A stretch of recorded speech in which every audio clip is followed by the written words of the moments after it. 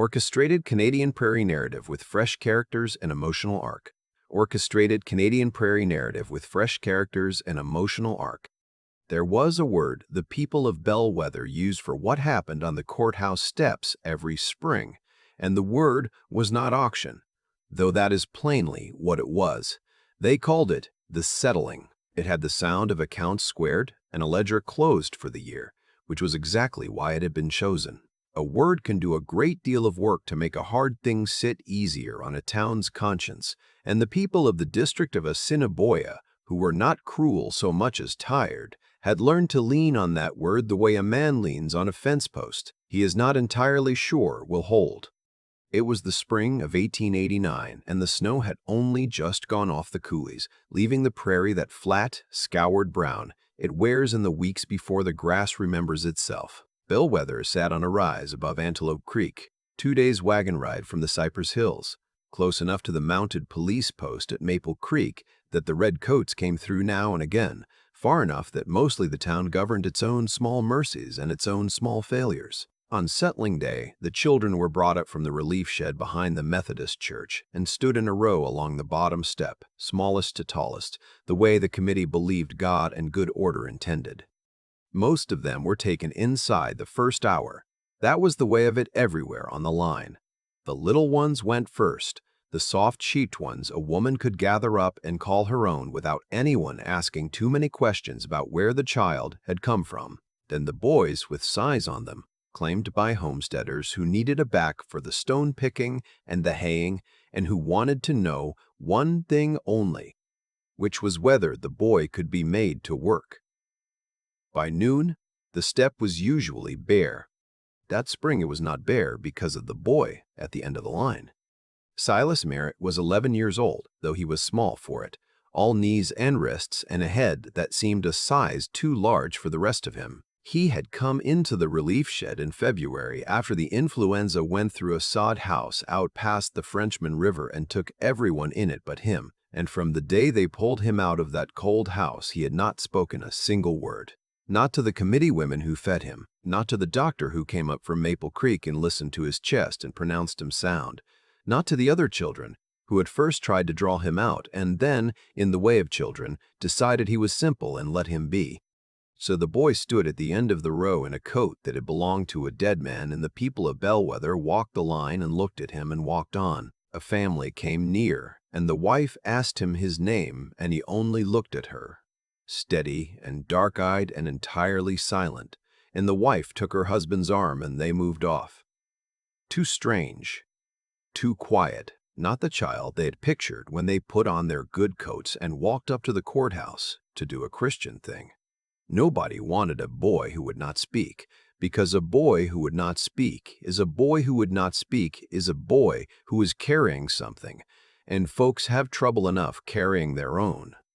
And here is a thing worth saying plainly. Before we go on, the boy was not simple.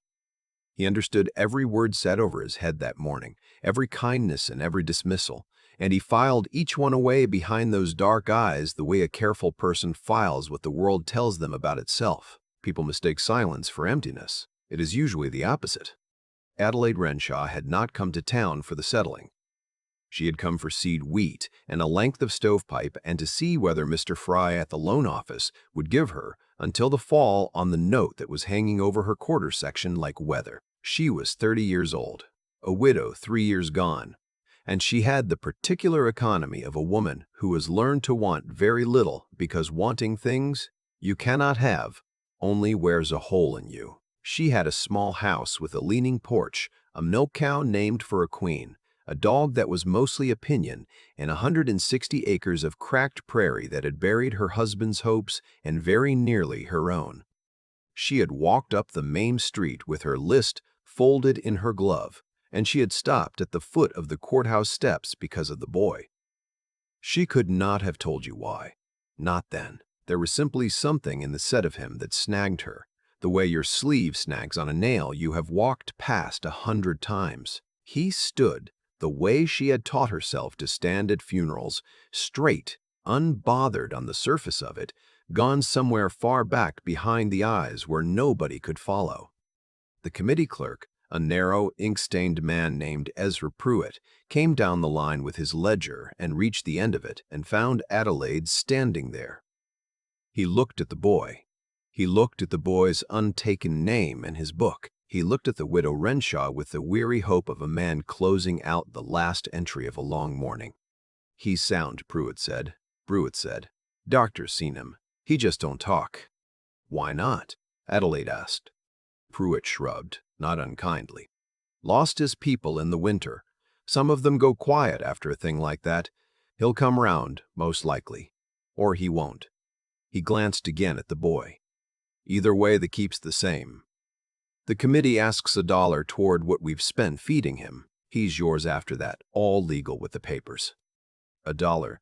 Adelaide had $1.40 in her purse and a note at the bank she could not pay, and no business in the world taking on the feeding and clothing and raising of a child who would not so much as tell her his name. She looked at the boy. The boy looked at her. He did not plead with her, and he did not shrink from her. He only looked, taking the measure of her the way she was taking the measure of him, and in that exchange something passed between them that neither of them had words for, which was fitting, because one of them had no words at all. "What's he called?" she said. "Silas. Silas Merritt." She crouched down so her eyes were level with his. There on the cold step, with half the town drifting away to their dinners. "Silas," she said, "I've got a long way to drive and a cold supper at the end of it, and not much past that. I won't lie to you, but there's a roof, and there's a fire, and there's a dog that'll think you hung the moon. You want to come?" The boy considered her. Then, slowly, he nodded once, just once, and reached down and picked up the flour sack at his feet that held everything he owned in the world, which was so light he carried it like nothing, and that told her more about his life than any ledger could. She paid the $1. She was not certain, in the moment of paying it, what exactly she had purchased, only that she had 30 cents left and a child she had not had when she woke that morning. If you have ever made a decision before you understood it, felt your hand move before your reasons had caught up, then you know the particular vertigo of that step, and you know it is sometimes the truest thing a person ever does. They drove home in the long blue light of a prairie evening. The boy on the seat beside her, with his sack on his knees, and the dog, who had ridden along in the wagon bed, lying with its chin on the boy's shoulder as though it had been waiting all this time for exactly him. Adelaide talked because she did not know what else to do, and the silence felt like a thing she ought to fill. She told him about the cow, whose name was Victoria and who had a temper. She told him the dog answered to Biscuit and answered to nothing. She told him the house was small, but it was tight against the wind, mostly, and that there was a loft he could have to himself. The boy said nothing, but she noticed he watched her mouth when she spoke, the way you watch a thing you mean to remember. "You don't have to talk," she said after a long while, when the first stars were coming out hard and white over the brown miles. "I had enough talk in my life to last me. Quiet's all right with me. I just wanted you to know it's all right with me." The boy looked at her then, full on, and something in his face eased a fraction, the way a fist eases when it decides it does not, after all, have to be a fist. He turned and looked back out at the dark prairie sliding past, and they drove the rest of the way without a word between them, and it was not an empty quiet. There is empty quiet, and there is full quiet, and anyone who has shared a wagon seat with the right person on a long dark road knows the difference. Now I will tell you the thing that Adelaide had not told the boy, had not told Mr. Pruitt, had not told anyone in Bellwether in 3 years, because in a town that small, a grief shared becomes a grief everybody handles, and she could not bear the handling. She had not always been alone. She had married Wesley Renshaw at 19, a steady, sandy-haired man with more faith in the land than the land ever returned, and they had come west on the new railway and proved up a quarter and built the leaning little house with their own hands. And in the 2nd year there had been a son. They named him David and called him Davy, and he had been a fat, laughing, headstrong scrap of a boy who pulled the cat's tail and ate dirt by the fistful and slept with his hand wrapped around his mother's thumb. He had died at 4 years old, in the spring of 1882, of the diphtheria that swept the line that year and emptied half the cradles between Moose Jaw and the mountains. There had been nothing the doctor could do, and nothing she could do but hold him, and she had held him. And then there was a small grave on the rise behind the house with a wooden marker Wesley carved, and after that, the house was never again as full as a house ought to be. Wesley followed 4 years later, not of grief exactly, though grief does not help a man, but of a horse that went down in a badger hole and rolled into winter that found the broken pieces of him before help could. And so Adelaide Renshaw was left alone on 160 acres at 27, with a grave on the rise and a note at the bank, and a habit, learned hard, of expecting nothing, and so being disappointed by very little.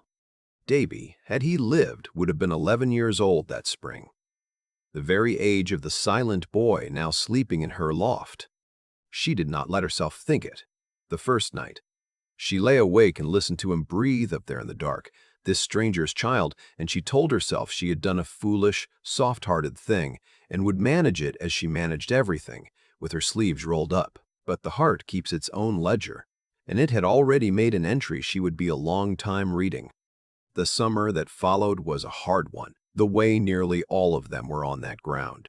The rains came wrong, too much in May, washing the seed, then nothing at all through the burning weeks of July when the wheat wanted it most. Silas worked. That was the first surprise. Nobody had bid on him because they could not imagine a use for a boy who would not speak, but it turned out a boy can pick stone and pull weeds and carry water and mend fence without saying a word, and can do it better than most because he is not stopping every 10 minutes to talk. He shadowed her through the long days, learning the place by watching. He learned which board on the porch would announce a person and which would not.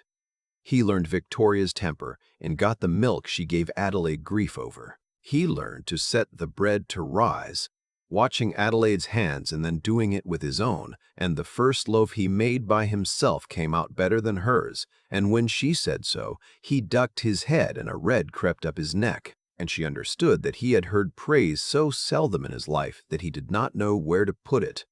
In the evenings they sat by the fire, Adelaide mending or reading aloud from the few books she owned.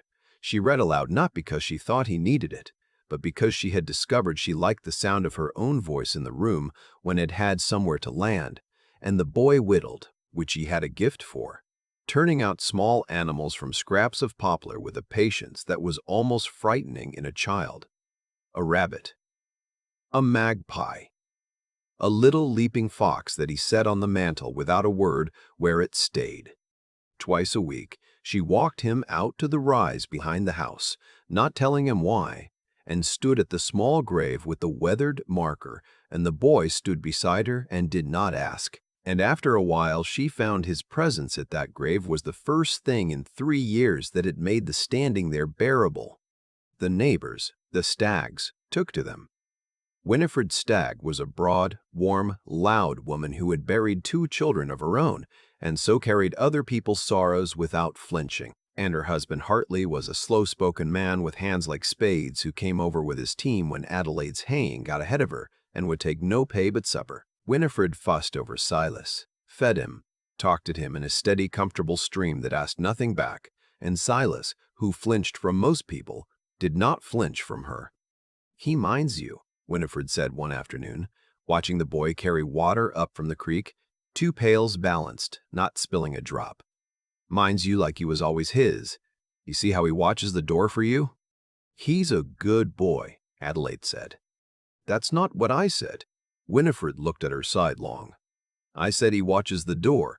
There's a difference between a child that minds you and a child that's frightened you won't come back. That one there is the second kind. Somebody ought to tell him you're not the leaving sort."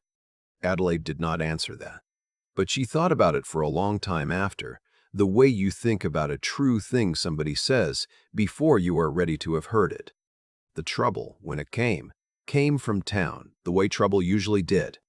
There was a man named Cornelius Fry who held paper on half the failing quarters in the district and held Adelaide's, and who had decided that her ground, watered by Antelope Creek and lying flat and good, would be worth more to him in his own hands than in the hands of a widow who could not make the payments.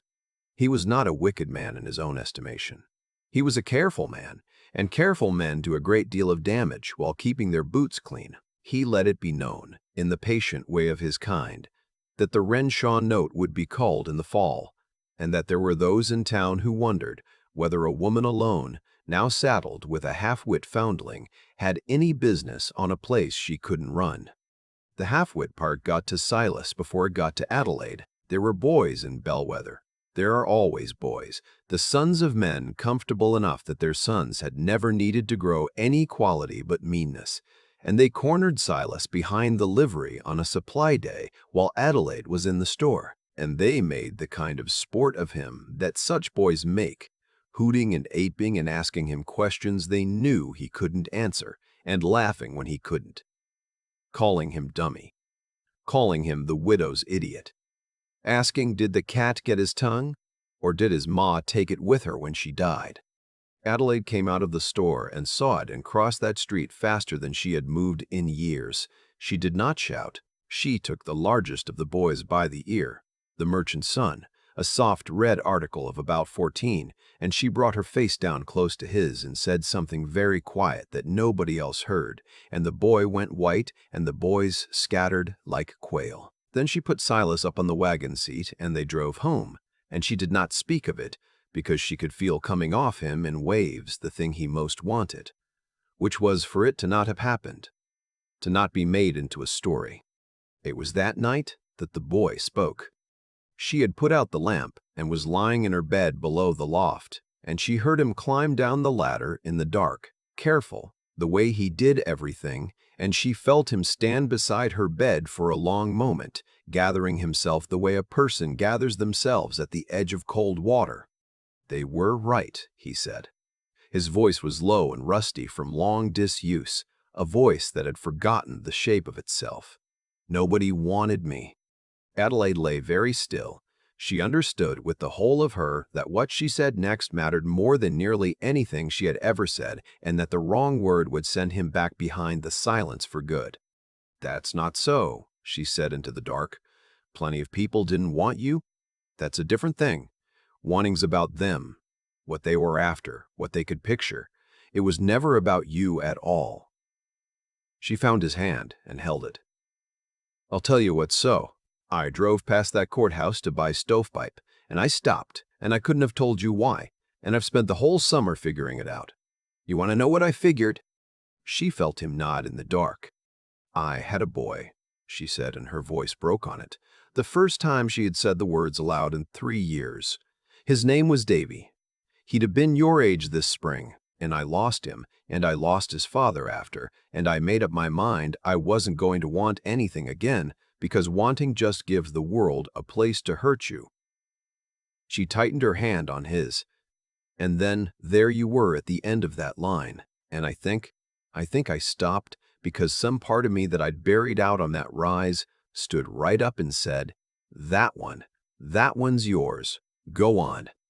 The boy made a sound in the dark, a small broken sound, and then he was crying, finally, the way he had not let himself cry the whole long winter since the cold house, and she gathered him up the way she had gathered Davy and held him until it was spent, and neither of them said anything more, because there was nothing more that needed saying. The full quiet had come back into the house. It stayed. In the morning he talked, not a flood of it, that was never his way, but words, real words, given carefully, the way you'd hand someone something fragile. He asked the dog's name as though he had not known it for 3 months, just to have the small, ordinary pleasure of being told. He named the carved animals on the mantel. He told her, over the next weeks, in pieces, about the sod house and the winter and the people he had lost, and she listened the way Winifred had taught her without teaching her, taking it without flinching, carrying it for him so he didn't have to carry all of it alone. Now, I want to be honest with you, because this is the kind of story where it would be easy to lie. The boy speaking did not pay the note. The rain did not come in August to save the wheat. There is no fairness clause written into prairie ground. It does not reward a good deed with a good harvest. and anyone who tells you otherwise has never tried to make a living off it. Cornelius Fry still held the paper, and the fall was still coming, and the crop that did come off was thin and hardly worth the threshing. What saved them was smaller and stranger than rain. It was the carving.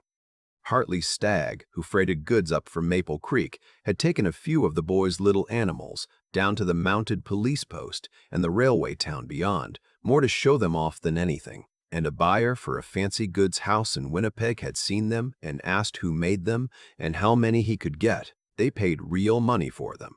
Money for a leaping fox, a magpie, a buffalo, a pair of geese, and they wanted more than one boy's hands could make.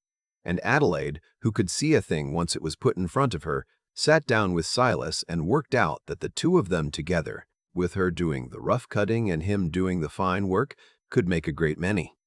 So through that fall and the hard winter that followed, while the winds screamed off the open prairie and piled the snow to the eaves, the leaning house was warm with wood smoke and busy with knives, and the boy who nobody had wanted because he would not work turned out to carry, in his patient hands, the thing that kept the roof over both their heads. When Cornelius Fry came in November to call the note, Adelaide met him at the door and counted the payment into his careful, clean hand in coin, and watched his face do the arithmetic, and shut the door on him gently, which is the most satisfying way to shut a door on a certain kind of man.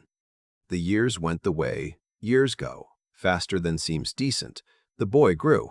He shot up past Adelaide's shoulder, then past the top of her head, filling out into the man he was going to be, dark-eyed still, quiet still, but it was a different quiet now.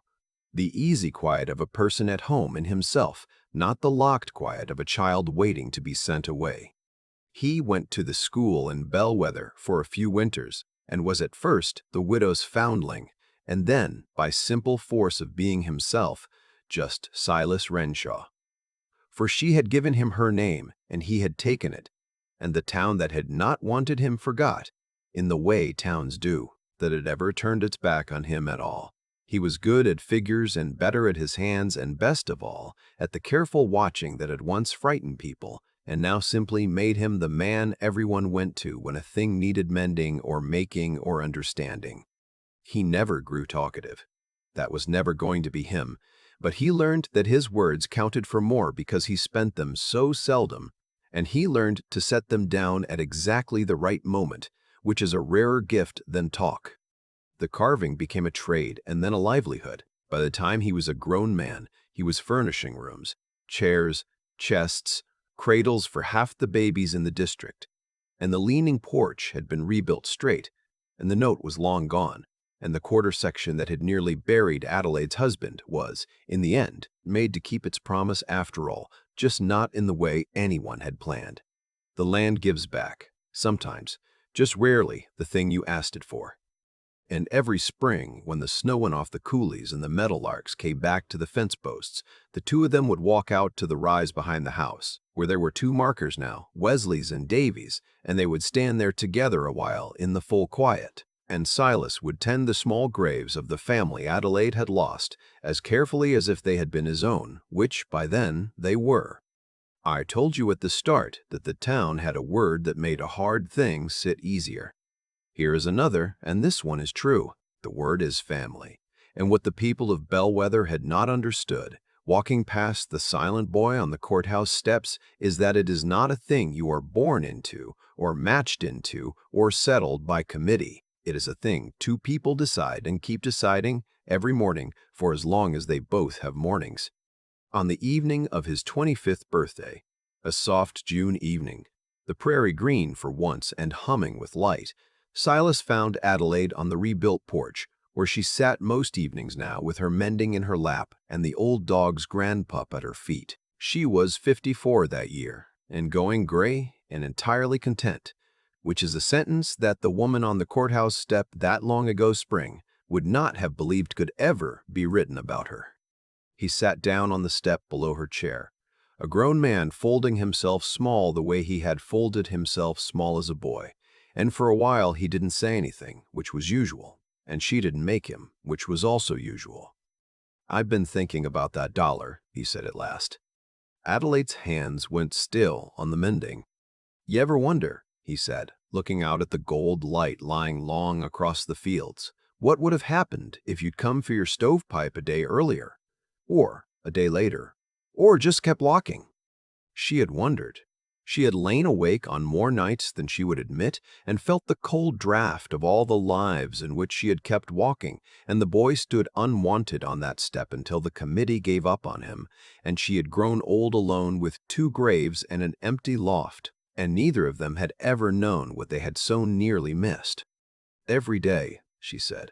"I wonder it every single day." He nodded, the way he did, taking that in and keeping it. "Best dollar I ever saw spent," he said quietly, and a slow, rare smile came over his face, the real one, the one that had cost him so much to find, on the worst-looking boy in the territory. Adelaide laughed, and then she was not quite laughing, and she reached down and put her hand on his shoulder, this man who had been the silent child nobody wanted, the family she had buried out on the rise, and somehow, against every reasonable expectation of the world, been given back at the end of a row on a cold spring morning. "No," she said, "the best one, the very best one I ever spent."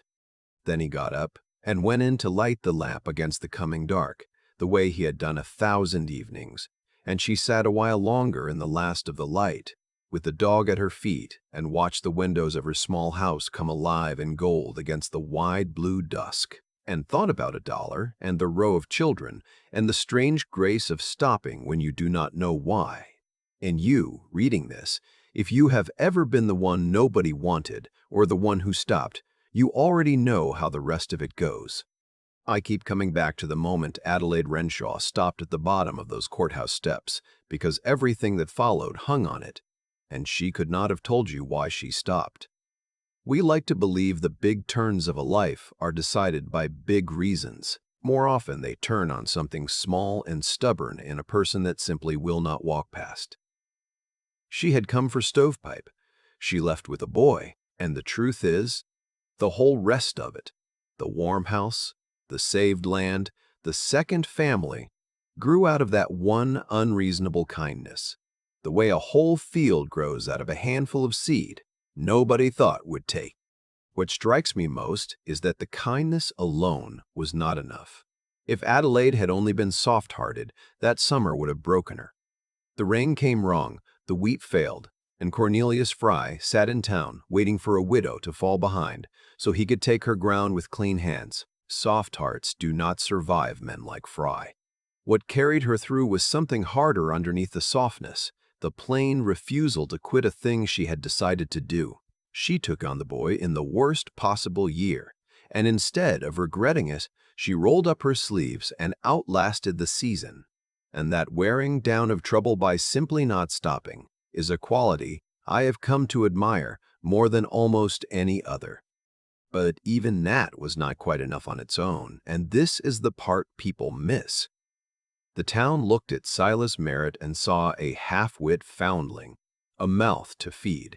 Adelaide looked at the same boy and saw something nobody else had bothered to see, a pair of careful hands and a patience that could turn poplar scraps into little leaping foxes that strangers in Winnipeg would pay good money for. That seeing, that reading of a person past what the surface advertised was its own kind of cleverness, and it is the thing that finally paid the note and kept the roof on.